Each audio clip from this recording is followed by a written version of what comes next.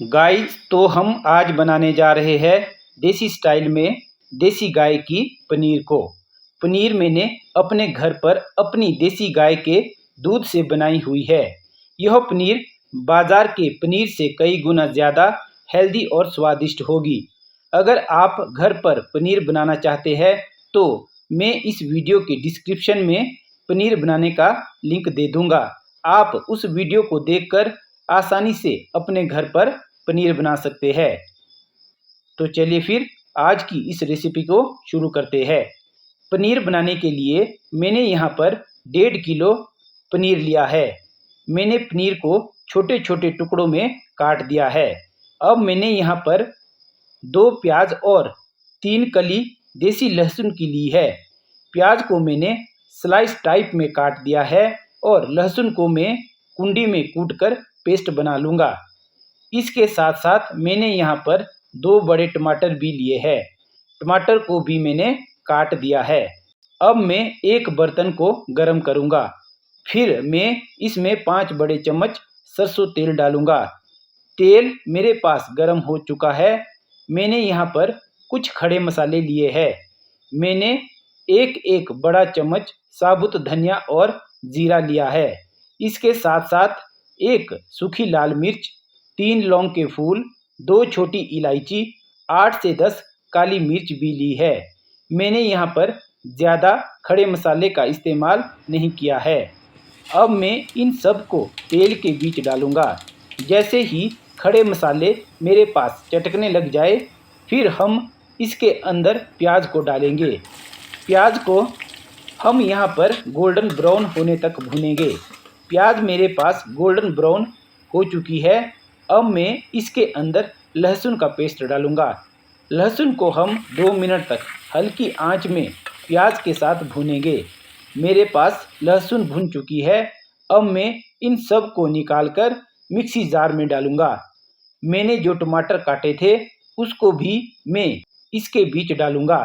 इसके साथ साथ मैं इसके बीच कुछ पिसे हुए मसाले डालूँगा, जैसे कि 1 चम्मच धनिया पाउडर, 1 चम्मच जीरा पाउडर, 1 चम्मच किचन किंग, 1 चम्मच देगी लाल मिर्च पाउडर और 1 चम्मच हल्दी पाउडर डालूँगा।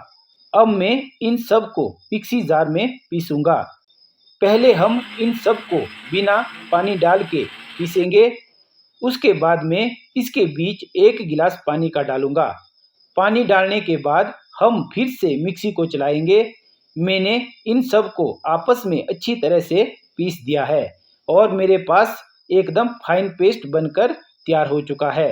अब मैं इसको उसी बर्तन में डालूँगा जिसमें मैंने प्याज और खड़े मसाले भुने थे। बर्तन में मेरे पास जो तेल बचा था उसी तेल में मैं इस ग्रेवी को अच्छी तरह से पकाऊँगा। आप बीच बीच में इसको हिलाते रहे ताकि ग्रेवी नीचे ना लगे। मैं यहाँ पर ग्रेवी को मीडियम आंच में 10 से 15 मिनट तक पकाऊंगा। जैसे ही मेरे पास ग्रेवी तेल छोड़ने लग जाए तो फिर मैं इसके अंदर पनीर को डाल दूंगा। बाकी हमने ग्रेवी के बीच और कुछ नहीं डालना है क्योंकि हमने सारे मसाले पहले ही डाल दिए हैं। अब मैं यहाँ पर और मसाले नहीं डालूंगा। मेरे पास ग्रेवी ने तेल छोड़ना शुरू कर दिया है। अब मैं इसके अंदर पनीर को डाल दूंगा। मैं अब यहाँ पर पनीर के बीच 1 गिलास पानी का डालूंगा। पानी डालने के बाद मैं इसको ढक्कन लगाकर 15 से 20 मिनट तक पकाऊंगा। 20 मिनट के बाद मैंने यहाँ पर इंडक्शन चूल्हे को बंद कर दिया है और मेरे पास पनीर बनकर तैयार हो गया है। मेरे पास पनीर बहुत ही स्वादिष्ट बना हुआ है। आप पनीर के ऊपर हरा धनिया, कसूरी मेथी भी डाल सकते हैं। मेरे पास ये सब उपलब्ध नहीं था, इसलिए मैंने नहीं डाला। अब आप भी इस रेसिपी को अपने घर पर एक बार बनाकर ज़रूर ट्राई करना। जिस तरह से मैंने बनाई है, आप भी इस रेसिपी को उसी तरह से बनाना।